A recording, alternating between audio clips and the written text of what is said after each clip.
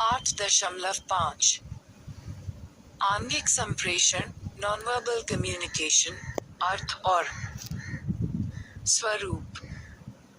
आंगिक संप्रेषण से तात्पर्य है शब्द रहित संदेश का प्रेषण। शब्द रहित संदेश भेजने और प्राप्त करने की प्रक्रिया से यह सिद्ध होता है कि शाब्दिक भाषा ही संप्रेषण का एकमात्र साधन नहीं है। संप्रेषण के अन्य साधन भी हैं। Who equals O, a city? आंगिक संप्रेषण को शारीरिक चेष्टाओं, हाव भाव, स्पर्श, पटक संप्रेषण, शारीरिक भाषा, बॉडी लैंग्वेज, भावयुग्मा, चेहरे की अभिव्यक्ति या आंखों के संपर्क से भी अभिव्यक्त किया जा सकता है। आवाज या वाणी के अंतर्गत समांतर भाषा नामक अवाचिक तत्व समाविष्ट होते हैं। इनमें आवाज की गुणवत्ता, भावना, बोलने के तरीके आदि के साथ ही ताल, लय, आलाप, आरोह अवरोह एवं तनाव जैसे छंदशास्त्र संबंधी लक्षण भी शामिल हैं। नृत्य भी अशाब्दिक या अंगिक संप्रेषण की ही एक शैली है। यद्यपि हम सर्वत्र नृत्य का उपयोग नहीं कर सकते, किंतु साहित्य संस्कृति के अंतर्गत नृत्य एक सशक्त आंगिक संप्रेषण है। इसी तरह लिखित पाठ में भी अशाब्दिक तत्व होते हैं, जैसे हस्तलेखन तरीका, शब्दों की स्थान संबंधी व्यवस्था या इमोटिकॉन का प्रयोग अंगिक संप्रेषण के लिए जवाचिक संप्रेषण या चित्र संप्रेषण, अशाब्दिक संप्रेषण या शब्देर संप्रेषण आदि शब्द प्रयुक्त किए जाते हैं। आंगिक संप्रेषण या अशाब्दिक संप्रेषण अधिकतर अनियंत्रित संकेतों पर आधारित होता है। अलग अलग संस्कृतियों के अनुसार यह पृथक पृथक हो सकता है। कुछ हद तक यह अधिकतर मूर्ति सदृश, आइकॉनिक है। इसे वैश्विक रूप से समझा जा सकता है। चेहरे की अभिव्यक्ति के संबंध में पॉल एकमैन 1960 के दशक में ने एक महत्वपूर्ण अध्ययन प्रस्तुत किया है कि गुस्सा, घृणा, भय, प्रसन्नता, उदासी एवं आश्चर्य आदि भावनाओं की अभिव्यक्ति सार्वभौमिक होती है और यह अभिव्यक्ति आंगिक संयम से स्पष्ट रूप से अभिव्यक्त भी हो सकती है। संप्रेषण, रिटन कम्युनिकेशन, स्वरूप एवं विकास। मानव सभ्यता के विकास के साथ जीवन शैली की जटिलताओं में भी वृद्धि हुई है। ऐसे में प्रत्येक वस्तु का चित्र लिपि में अंकन करना कठिन हो गया। साथ ही अमूर्त भावनाओं और अनेक प्रकार के क्रियाकलापों की अभिव्यक्ति भी इस लिपि से भली प्रकार नहीं हो सकती थी। परिणामस्वरूप लिपि क्रमशः प्रतीकात्मकता की ओर अग्रसर हुई। लिनियर ओपल्स ERSITY। लिपि के विकास का अगला चरण शब्द लेखन था। इसके अंतर्गत लिपि प्रतीक वस्तु नहीं बल्कि शब्द होते थे। आज हमारी अधिकतर लिपियां ध्वनि पर आधारित हैं। अर्थात किसी शब्द के उच्चारण में जो ध्वनियां आती हैं, हम उन ध्वनियों के प्रतीक वर्गों को उसी क्रम में साथ रखते हैं। जैसे कमल शब्द के लिए हम तथा ल ध्वनि प्रतीकों को उसी क्रम में रख देते हैं और उनका इकट्ठा उच्चरित रूप उसी रूप में हमारे सामने प्रस्तुत करता है। इसमें वस्तु का चित्रांकन नहीं होता। एक वस्तु के लिए एक ही निश्चित चिन्ह होता है। लेखन में शब्दों के उन प्रतीक चिन्हों को चित्रलिपि की ही भांति क्रम से प्रस्तुत किया जाता है। इस दृष्टि से यह चित्रलिपि से कुछ मिलती है, किंतु इसमें अमूर्त भावनाओं, विविध क्रियाओं आदि का द्योतन भी हो। ही पीपल्स उपवाक्य और पदबंध। उपवाक्य से छोटी इकाई पदबंध है। यह मेरा स्कूल है। उपवाक्य या सरल वाक्य में मेरा स्कूल पदबंध है। पदबंध से कहने वाले का भाव बहुत कम प्रकट होता है, जबकि उपवाक्य से पूरा भाव तो नहीं लेकिन कुछ भाव अवश्य प्रकट होता है। उपवाक्य में क्रिया रहती है, जबकि पदबंध में क्रिया रहे यह आवश्यक नहीं। उदाहरण के लिए, जो ही राम का भाई मोहन आया, त्यों ही में चला गया। वाक्य में जो ही राम का भाई मोहन आया एक उपवाक्य है, लेकिन राम का माय मोहन पदबंध है। उपवाक्य से प्रायः पूर्ण अर्थ का बोध नहीं होता और पदबंध से बहुत ही कम अर्थ निकलता है। उपवाक्य 3 प्रकार के होते: क संज्ञा उपवाक्य, ख विशेषण उपवाक्य, ग क्रिया विशेषण उपवाक्य इनका विवेचन मिश्र वाक्य के अंतर्गत किया गया वाक्यों में एक निश्चित व्यवस्था देखने को मिलती है। 7.3 अन्विति। अन्विति से अभिप्राय यह है कि संबद्ध शब्दों के लिंग, वचन, पुरुष, काल आदि में एकरूपता हो। हिंदी वाक्यों में कर्ता या कर्म के साथ क्रिया का संज्ञा के साथ सर्वनाम का, संबंध का संबंधी से और विशेष्य के साथ विशेषण का जन्मेय होता है। 7.3.1 कर्ता और कर्म के साथ क्रिया का अन्वय। उपर्युक्त अन्वितियों में से कर्ता या कर्म के साथ क्रिया की अन्विति सबसे अधिक महत्वपूर्ण है और कदाचित जटिल भी। हिंदी में संज्ञा पद का प्रयोग दो रूपों में होता है, एक अविकारी और दूसरा विकारी। अविकारी रूप में परसग नहीं होता जबकि विकारी में परसग होता है। हिंदी में कर्ता या कर्म के साथ क्रिया को अंचित करते समय निम्नलिखित नियमों पर ध्यान रखना पड़ता है। 1. यदि वाक्य में कर्ता और कर्म दोनों अधिकारी ही अर्थात कर्ता के साथ ने आदि परसग और कर्म के साथ को आदि परसग न लगा हो तो क्रिया के लिंग, वचन, आओ आदि कर्ता के अनुसार होंगे, जैसे क. मोहन दूध पीता है। ख. शीला दूध पीती है। ग. लड़कियों खाना बना रही हैं। घ. लड़के फुटबॉल पूर्णतया आदि। प्रयोग की दृष्टि से क्रिया विशेषण के तीन भेद हैं। 1. साधारण क्रिया विशेषण। 2. संयोजक क्रिया विशेषण। 3. अनुबद्ध क्रिया विशेषण। क्रिया विशेषण। साधारण, संयोजक, अनुबद्ध।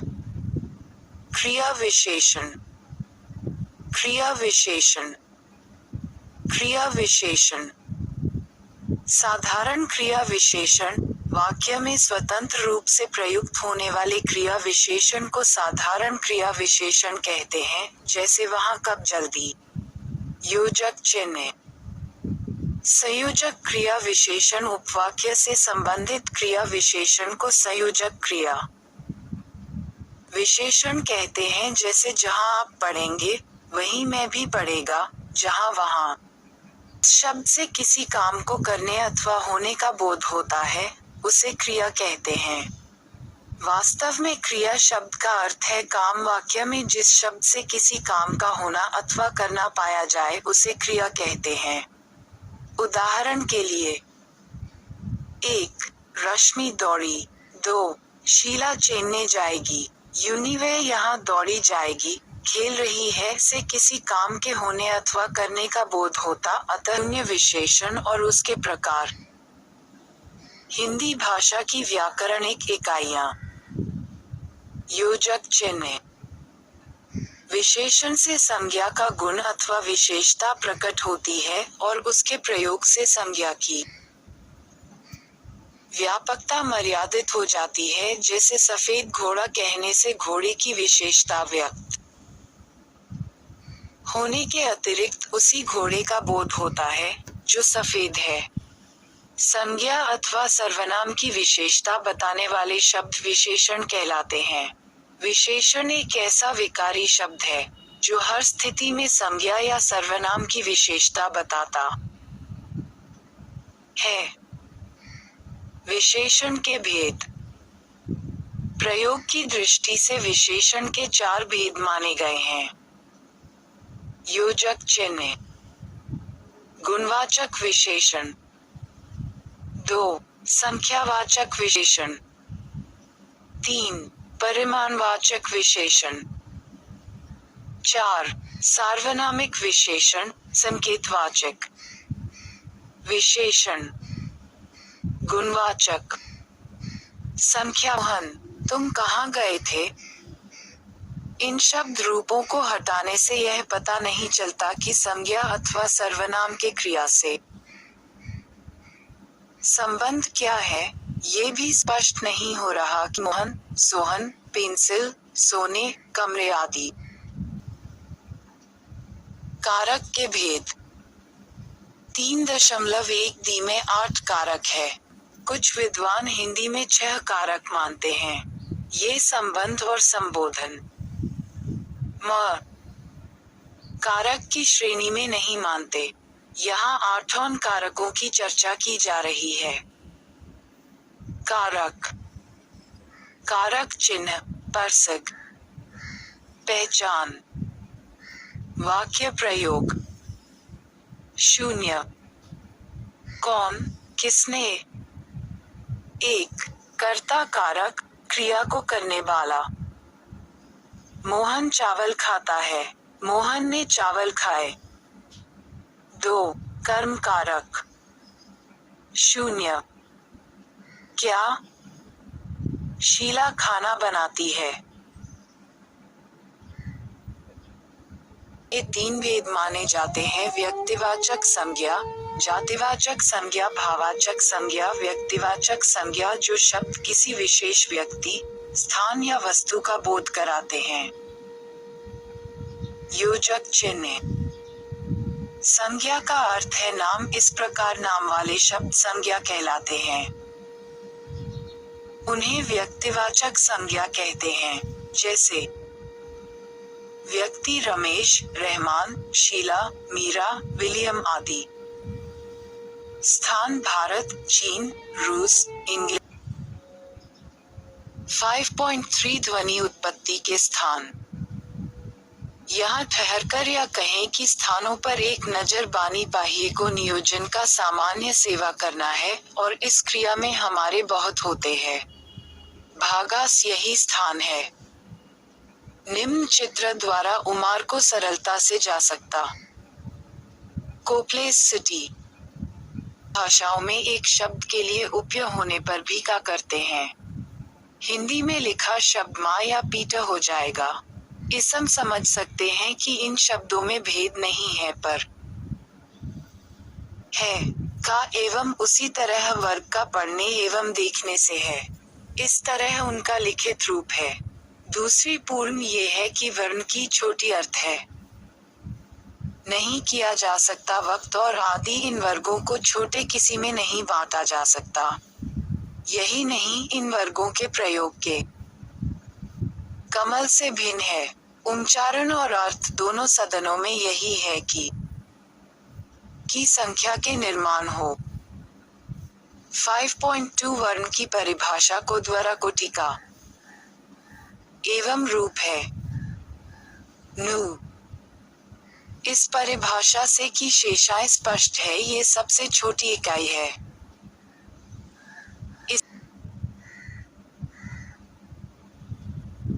3.51 स्वर दिए गए यार स्वर कहलाते हैं। भाषा गौवाना, जैसे मेल, जैसे, जैसे, जैसे फोन। संधि में चारों द्विष्ट प्रयोग ही देखा जा सकता है। 3.5.2 की स्थिति। दे कोकरीकरण के विभिन्न धारों की चर्चा के दौरान मात्रा को भी एक प्रमुख के रूप में उल्लेख किया गया था। का सदरचारण में लगने समय की है। ते की जिनके एक मात्रा का समय लगता है उन कहते हैं। इस दृष्टि से और माने जाते हैं। ईश्वर का दूसरा नाम मूल के नाम से जानता है। यहाँ इस बात का उल्लेख करना अनुमित न होगा कि आधुनिक विज्ञान अनुसार मेरुदय विरहता है और श्वास नलिका से आती हुई बाबा किसी अपराध के द्वारा प्राह निकल जाती है। स्वर अधिक मुखर होते हैं। इन विशेषताओं के आपकी है प्रसिद्ध होते हैं। होगा कि अभी का निर्माण करने में समर्थ है। 3.4.2 दीर्घ स्वर। जिन स्वरों के रण में अधिक समय लगता है, उन्हें कहा जाता है। स्वरों को अंग्रेजी में कहा जाता है। स्वरों की संख्या 7 है। ए ओ हिंदी उसके ऊपर लिखे जाते थे, जैसे आदि, इस जा आदि मान्य है। लेकिन और दोबारा आए तो और हो जाते हैं, जैसे पक्ता और शेष। जब और की तो उसे और के रूप में लिखा जाता है, जैसे रुपये, रूपवान आदि। किसी के पहले आता है तब उसका रूप निम्नलिखित रूप में लिखा जाता है। उदाहरण के रूप में धर्म, कर्म दो उच्चारणा है, जिनमें एक साधारण और दूसरा चरण है। एक एक्ट और शब्दों में ए, ओ और भी का साधारण मारण होता है, परंतु एक ऐसा मोहल्ला और गो शब्दों में उनका उच्चारण असाधारण है। ए और जो का जहां असाधारण होता है, यहाँ इन। हिंदी की कथा, स्वर एवं बदले और भी लिखते हैं ए और ओरखरी में, और ज और ओ को अंग्रेजी डिप्थोंग और ए और ओ को ट्राइफॉन्ग कहते हैं। यह इसलिए कि पहले दो में दो स्वरों का और पिछले दोनों में तीन स्वरी का एक साथ होता है। 2.4.2 व्यंजन वर्ण, कॉन्सोनेंट, जिन वर्गों का उम्र की के बिना नहीं होता है, ज की सुविधा के लिए व्यंजनों में यजमान लिया जाता है। वर्णमाला वर्गों के समूह को कहते हैं। प्रत्येक भाषा में सारे वर्षों के मह है। हिंदी में भी वर्णों अथवा आरों के समूह क्रमबद्ध रूप में पाए जाते हैं। हिंदी म का मानक रूप निम्नलिखित है। आइए ए ओ। समर, उपभाषा, सब लैंग्वेज। हिंदी भाषा का विकास। कुछ दिनों कुछलियों के उपवर्ग को उपभाषा कहा है, जैसे बिहारी उप भोजपुरी और मगही बोलियों का एक वर्ग है। लेकिन यह वर्गीकरण प्राक और गलत है। इसमें व्याकरणिक समानता और पोतो हद तक मिल सकती है, किंतु जातीय अस्मिता के कारण इनमें भिन्नता है।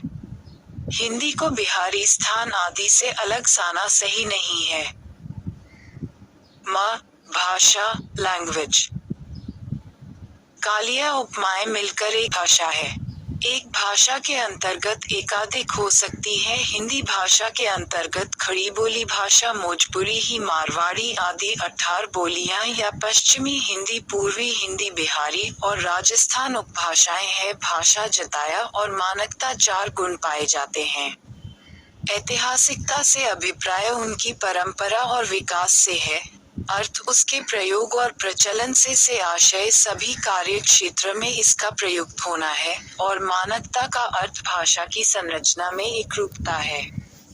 यद्यपि बोली और भाषा में व्याकरणिकता और प्राय मिल जाती है, किंतु जातीय अस्मिता थियो के कारण भाषा विशाल समुदाय की प्रतीक बन जाती है।